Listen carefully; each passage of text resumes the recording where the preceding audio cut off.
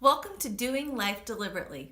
My name is Trisha, and today we're going to talk about how to prevent and correct homeschool burnout. Okay, moms and dads, if you have been in homeschooling for any length of time, then you know that burnout is a real concern.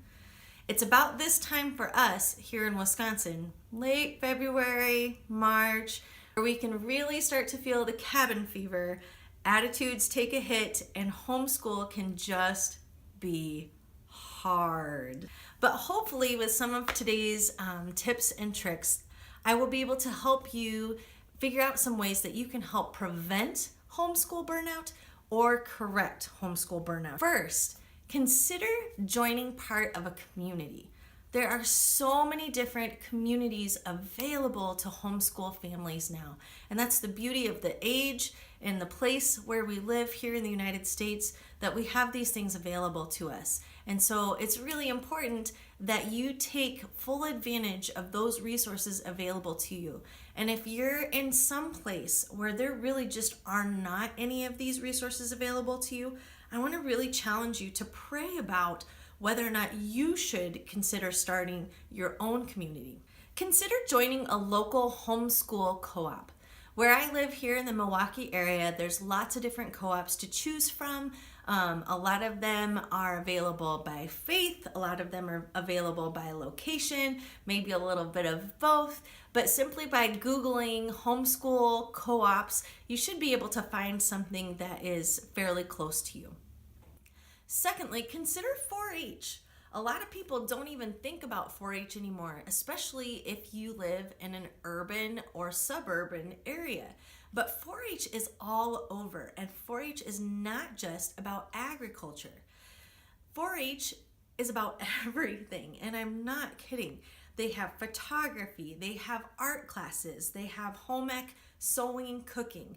They have agriculture, of course. They have woodworking. They have animal care. They have classes about civic governments. They have trips and leadership conferences available. They have speech and drama opportunities. They have music opportunities. So just about anything that you can think of, 4-H has a class for. And they also have a great STEM program. There's so many things that you can benefit from in 4-H and it can incorporate into your homeschool curriculum even. So consider finding a local 4-H club. Again, all you have to do is Google 4-H and you should be able to find a club near you. If you are part of a church or faith community, consider getting together with other homeschooling families in your church.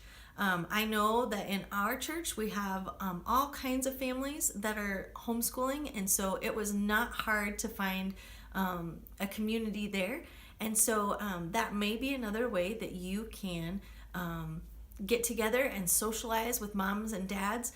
Just being able to share a common story of being on this homeschooling journey can be food for the soul. So if you have not already connected with other homeschooling families that you know in your church, consider doing so. If you don't take advantage of local enrichment classes, this is another great way to plug into a community. And lots of area co-ops, they will host enrichment classes, and this can vary in what it looks like immensely, but it can be anything from gym classes, art classes, to some serious academic classes, to theater. Who knows? The sky's the limit.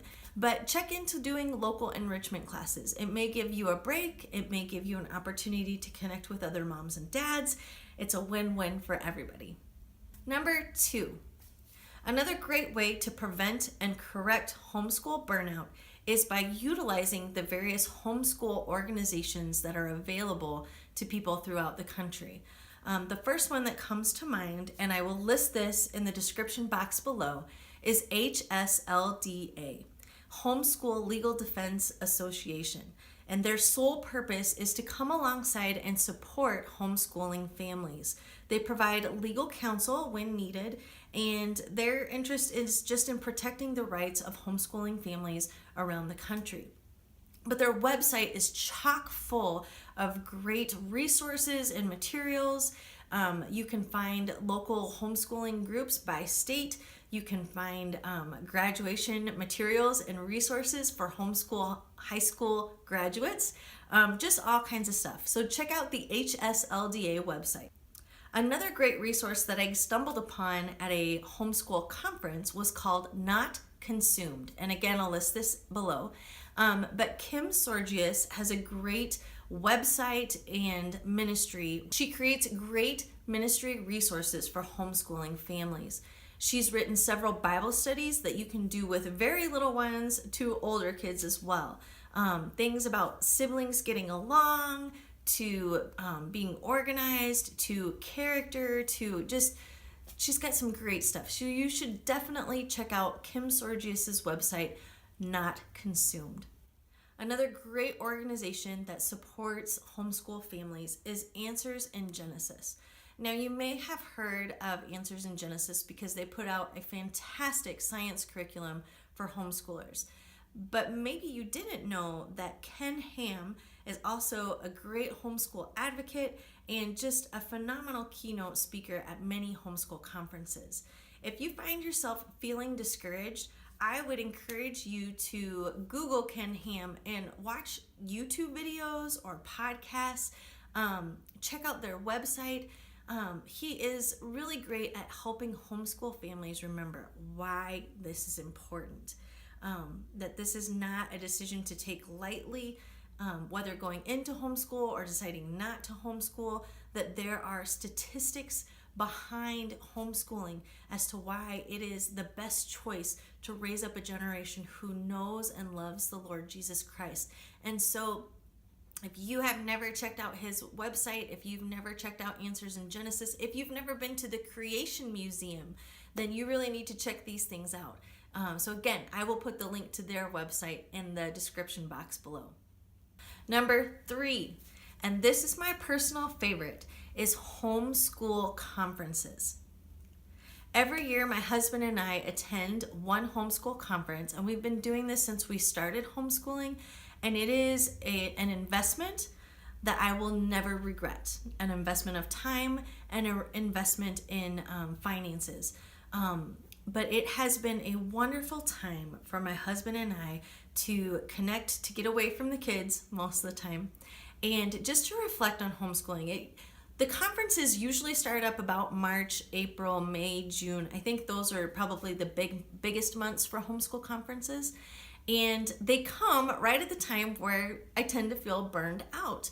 And so it's perfect timing. It's food for my soul to be able to hear these speakers talk about the value of investing in our kids through homeschooling. To be reminded of what is most important. There's a tendency to get focused on academics and that be the main thing, and to have that reminder to come back to, no, this is about connecting with your kids, and yes, you're teaching them, but this is about growing them in character. This is about growing them to know and love the Lord. And so it's food for the soul. And so I would strongly encourage you to check out a homeschool conference near you.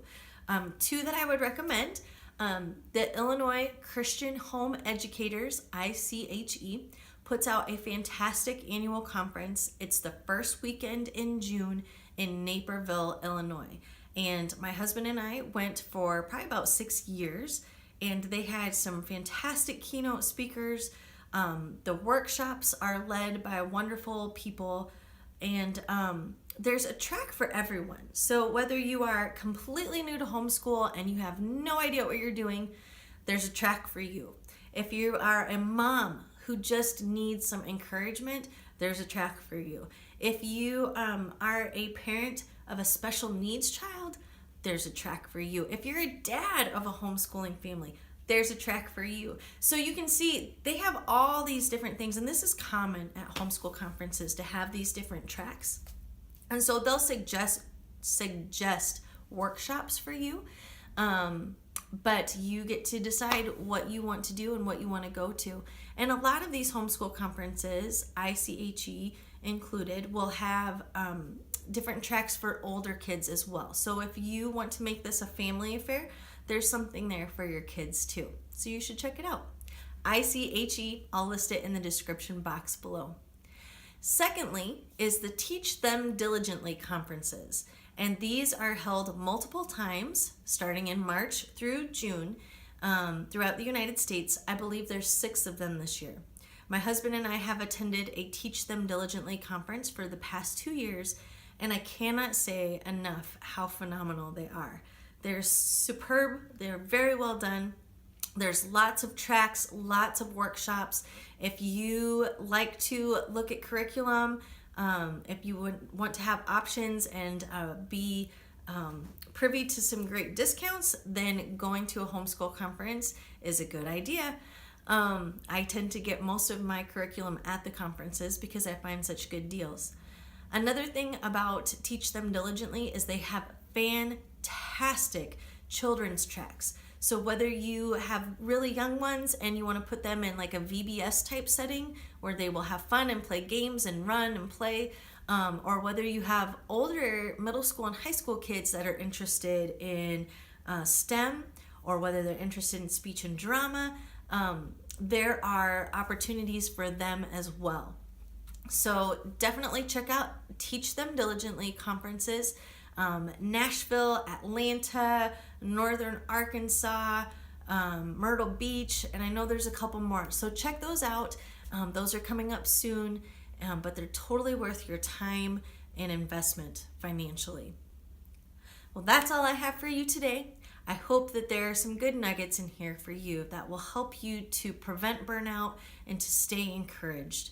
If you enjoyed today's video, give us a thumbs up. And please share us with your friends. If you know someone who is homeschooling or considering homeschooling and could benefit from these videos, sharing is caring. So share this video with your friends. You can find us on Facebook and Instagram. And if you hit subscribe and that little bell, it'll alert you every time we put out a new video. Until next time, bye.